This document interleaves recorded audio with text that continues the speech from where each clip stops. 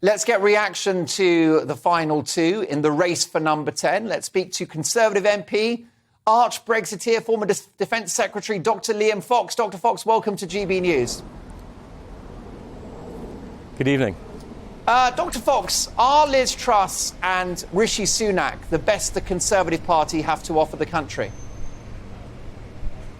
Well, these are the two candidates selected by the parliamentary party who know my colleagues best.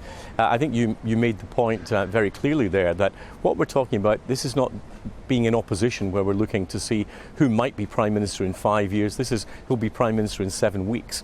And for me, that was very much about choosing the person that I believed would be over the detail of government, believed in the same things that I believe, obviously, when you're casting your vote, that would be able to bring the best team to government, and would bring the greatest competence to government, because ultimately, as I think you very correctly said, this is not about the Conservative Party, although this is our vote. It's ultimately about the country and who's best to lead the country through a very difficult period, not just at home but also abroad.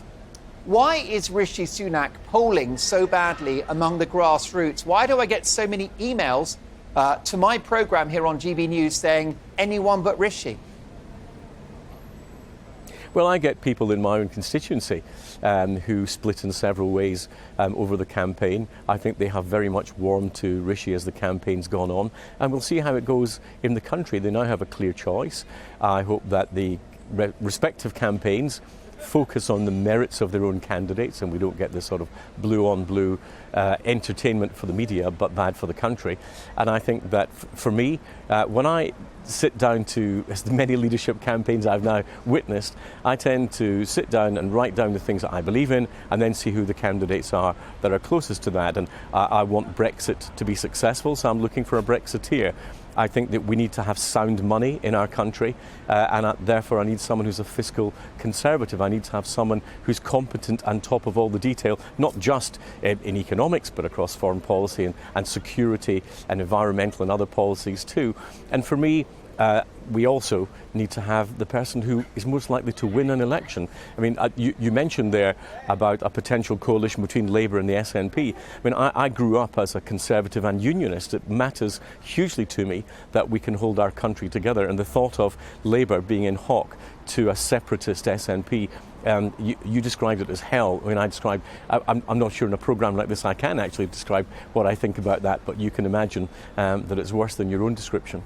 I can read between the lines. However, we hear that Rishi Sunak has been preparing his leadership bid for months now in the midst of an economic crisis. The bottom line for many of my viewers is that Rishi Sunak is too slick, too rich and too disloyal to be Prime Minister. Well, I find this a really weird thing that if you're rich, you can't really be leader of the country. You can't be leader of the Conservative Party. Here's someone whose parents were a GP and a chemist, who actually worked hard, got a scholarship through his own efforts, and as you say, became a self-made wealthy man. I thought that was the story of conservatism. I thought that's what we wanted to see, that we wanted to see people from ordinary beginnings being able to be given the chance to create wealth. And it rather bothers me, this sort of, we don't want to see rich people doing well in our country, because if we can't get wealth creation, how are we going to pay for the public services that we want? How do we pay for the tax cuts that we all want to see if we can't get that wealth creation? And rather than concentrating on how we distribute money, how we spend money, how about actually debating how we create money and create wealth in our country? It seems to me that that's the key debate as we go into the next 6 weeks. And my own view is that Rishi Sunak is way ahead in terms of his ideas of how we do that. You've been one of the most high-profile proponents of Brexit for a very, very long time, one of the founding fathers of Brexit, if you like, Dr. Fox. Why do the right of the party and Brexiteers like Nadine Dorries and Jacob Rees-Mogg have it in for Rishi Sunak? Well, you'd have to ask them about that. I find it rather strange that those who campaigned for Brexit seem to be willing to not support the long-standing Brexiteer candidate, but that's entirely up to them. I think he's got the consistency of belief. And, you know, when he was a young MP and he was being pressured by David Cameron's team at the time, said, you know, if you campaign for Brexit, you'll have no career in the Conservative Party. he could easily have folded, as many did, and said, well, I'll do what's good for my career, and I'll be a Remainer, whether I believe that or not. And he didn't do that. He said, no, I'm sorry, this is what I really believe in. I'm going to campaign for it, even if in the short term that's against my interest. Now, that, to me, is what real leadership is about. You stick to what you believe. If it's unpopular, fine.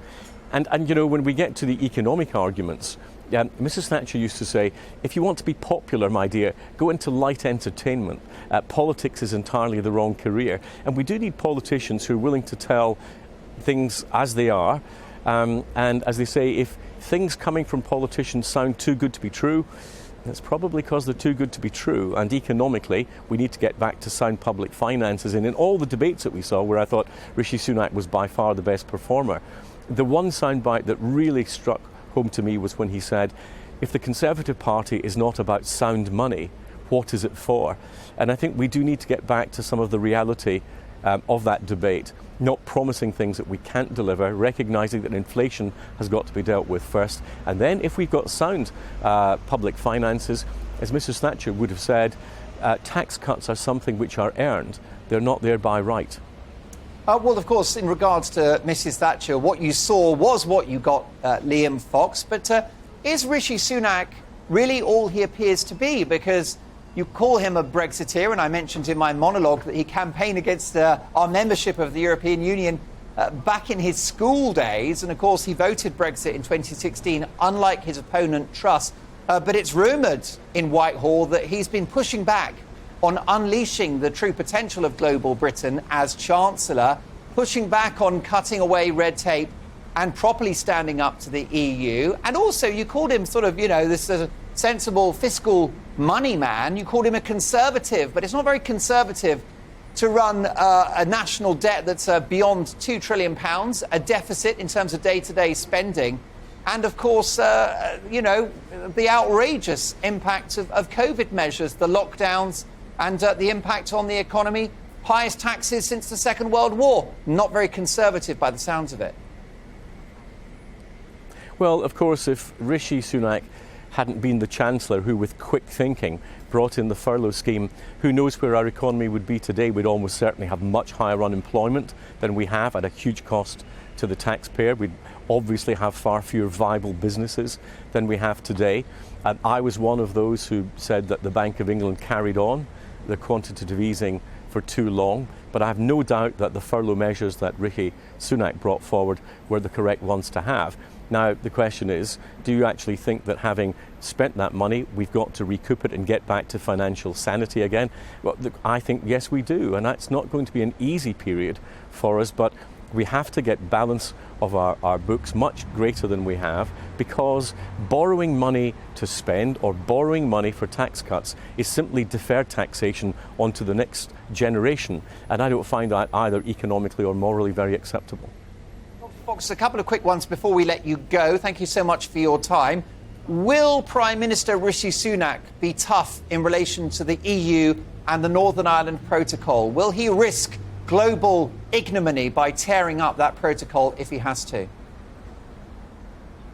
Well, tonight we all voted for that. We've just gone through in Parliament the third reading for that. The Conservative Party was very solid about that. We know that we need to ensure that all the citizens of the United Kingdom are the same.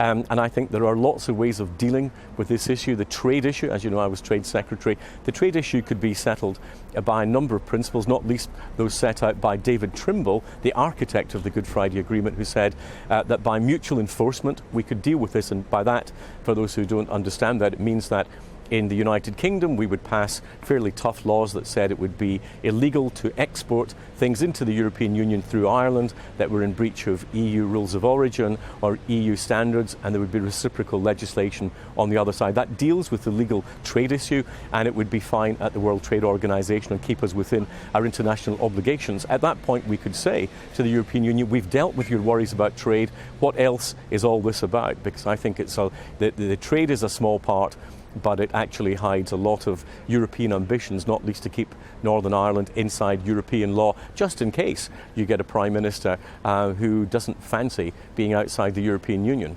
That would be, of course, not only a tragedy, but a betrayal of the British people. OK, two quick ones before we get a word on Boris. we've got to get real about this, Liam Fox. As it stands, Rishi Sunak loses this contest, this face-off with Liz Truss, according to the polling. So what has he got to do in terms of his strategy, in terms of his public profile, to win over the Tory grassroots? He's got the Tory MPs in his back pocket, but how does he win over the country? Well, I think that point is very important because MPs know their colleagues best, and the fact that he won a very healthy win amongst the MPs, they know the qualities of the candidates and they've seen them up close in a way that the party members have not. I think he's got to get the message across to the party that if we want to be serious as Conservatives, then we've got to get our public finances back under control. We had to take measures during the pandemic that none of us, frankly, would have wanted to have to take. But if we want to get long-term stability and we want to have lower taxes, that means a smaller state, and it means consolidating those public finances in a way that we used to take for granted. It means saying things that people don't necessarily want to hear. It's not a great thing that politicians want to hear, but I've been very impressed by his willingness to do so. OK, and I'll let you have a pop at the opposition, Liz Truss. Why does she not enjoy your support? I'm not going to talk about opposition or the other candidates at all during this campaign. I think that is only a grist to the mill for the Labour Party. I think we should talk about the merits, the qualities of our own candidates. The other side can do the same. I'm not getting on to blue-on-blue attacks. I think that's just what the SNP Labour coalition would love us to do, and I'm not going to give them the joy of that. And Liam Fox, the Prime Minister, signed off in style in his final PMQs. Take a look at this. I want to thank you, Mr. Speaker. I want to thank all the wonderful staff of the House of Commons. I want to thank all my friends and colleagues. I want to thank my rival friend opposite, Mr. Speaker. I want to thank everybody here, and hasta la vista, baby. Thank you. Liam Fox, what's Boris Johnson's legacy, and was it a mistake to get rid of him? Well, the strengths that Boris had were as a campaigner. He got us an 80-seat majority at the last election, and we've got mostly Brexit done, with the exception of the Northern Ireland protocol. And I think he gave the country a sense of confidence, not least through his vaccine programme during the pandemic. All of those were the pluses. The minuses were, I think, his weakness, which were his technical abilities in governing, and I think that ultimately the government became dysfunctional, and I think that that's a great pity.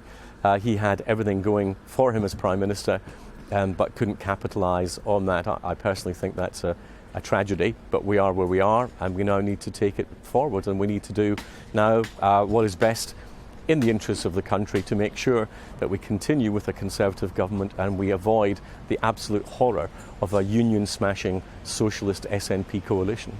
Liam Fox, it was a marathon interview. I owe you a pint at the Red Lion. Thank you for your time.